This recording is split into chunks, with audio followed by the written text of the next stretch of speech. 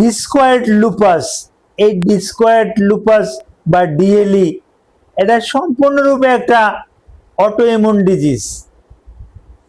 শরীরের নিজস্ব সেল, নিজস্ব রোগ প্রতিরোধ ক্ষমতা, এরা নিজেরা যখন ঝগড়া করে, নিজেরা যখন মারামারি করে, একে অপরকে ধ্বংস করে, তখন শরীরের ভিতরে বিশেষ এক চেঞ্জ দেখা যায়।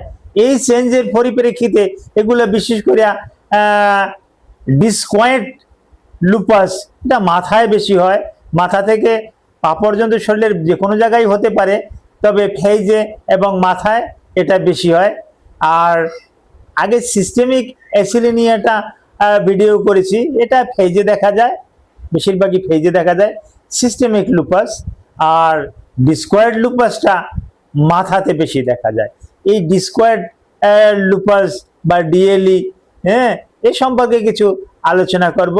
ভিডিওটি মনোযোগ সহকারে দেখার আহ্বান জানাচ্ছি। আসসালামু আলাইকুম রহমতুল্লাহি ওয়া বারাকাতুহু। আমি ডাক্তার মীর শহীদুল ইসলাম, আমার চেম্বার শুভেচ্ছা 255, ঐতিহ্যবাহী শেখঘাট, সিলেট। যে কোনো একটা সার্চ ইঞ্জিনে ডাক্তার মীর শহীদুল ইসলাম কথাটি লিখে সার্চ দিলে আপনি আমার সম্পর্কে বিস্তারিত তথ্য পেয়ে যাবেন। দর্শক শ্রোতা, আলোচনা করব ডিএলই বা ডিসকয়েড লুপাস সম্পর্কে। ডিসকয়েড লুপাস সম্পর্কে আলোচনার আগে আমি একটা গুরুত্বপূর্ণ বিষয় আলোচনা করে নেই। সেটা হলো এই অ্যালোপেশিয়া নামে একটা রোগ, যেটা আমরা জানি মাথার চুল পড়ে যাওয়াটাকে আমরা অ্যালোপেশিয়া বলি। এখন যদি ডিসকয়েড লুপাস থাকে তাহলে মাথার চুলটা কিন্তু পড়ে যাবে। এটাকে যদি আমরা অ্যালোপেশিয়া ভেবে যদি অন্য চিকিৎসা করি তাহলে কিন্তু কাজ হবে না। সেখানে কিন্তু ওই ডিএলইর চিকিৎসাটা করতে হবে।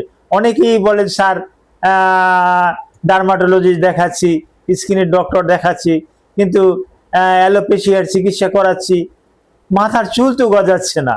এই চুল না গজানোর পিছনে কিন্তু একটা কারণ খুঁজে পাওয়া যায়, ডিসকয়েড লুপাস। যাদের ডিসকয়েড লুপাস আছে তাদের মাথার চুল পড়ে গেলে এই চুলটা কিন্তু আর গজাতে চায় না। কারণ আমি আগেই বলছি এটা একটা অটোইমিউন ডিজিজ।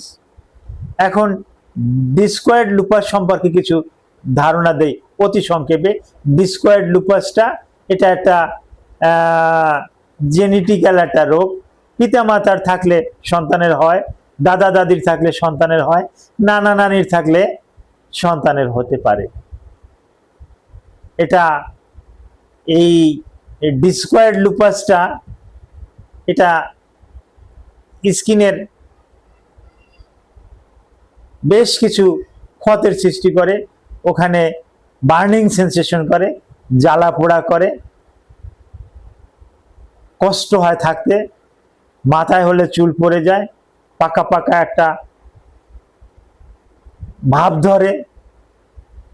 কোনো মেডিসিনে সাধারণত কমতে চায় না, যেহেতু এটা ভাইরাস, ব্যাকটেরিয়া, ফাঙ্গাস, স্পোর এ জাতীয় কোনো জীবাণু দিয়ে হচ্ছে না। সুতরাং ওখানে আপনি ওষুধ দেবেন কি? ব্যাকটেরিয়া দিয়ে হলে আপনি অ্যান্টিব্যাকটেরিয়াল কোনো ড্রাগ দিতেন, ভাইরাস দিয়ে হলে কিছু ভাইরাল অ্যান্টিভাইরাল ড্রাগ পাওয়া যায়, এরকমের অ্যান্টিভাইরাল ড্রাগ দিতেন, অ্যান্টিফাঙ্গাল ড্রাগ দিতেন। কিন্তু না, এগুলো তো না। তাহলে করণীয় কি? কি করবেন ওখানে? ওখানে করণীয় আছে, যত দ্রুত সম্ভব রোগটাকে শনাক্ত করতে হবে। রোগটাকে শনাক্ত করার পর ওখানের জন্য যত দ্রুত সম্ভব চিকিৎসা চালিয়ে যেতে হবে। চিকিৎসাটা কি? এটা অভিজ্ঞ ডাক্তার, অভিজ্ঞ রিউমাটোলজিস্ট, অভিজ্ঞ ডার্মাটোলজিস্ট এর চিকিৎসা দিয়ে থাকেন। চিকিৎসাগুলো কি? চিকিৎসাগুলো কর্টিকোস্টেরয়েড, বিভিন্ন রকমের স্টেরয়েড হতে পারে। এটা হতে পারে triamcinolone acetonide, prednisolone, methyl prednisolone, dexamethasone sodium, hydrocortisone এ জাতীয় স্টেরয়েড হতে পারে। তারপরে আরেকটা ড্রাগ দেওয়া হয়, ভালো একটা রেসপন্সও পাওয়া যায়, মাইক্রোফেনোলেট মফিটিল, এটা ভালো একটা রেসপন্স পাওয়া যায়।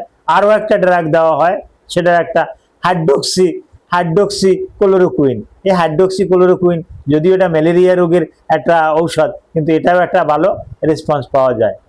তো ডিস্কোয়েড লুপাস বা ডিএলই এ সম্পর্কে আপনাদের আরো কিছু জানার থাকলে ভিডিওর কমেন্ট বক্সে কমেন্ট করুন, আমি জানিয়ে দেব।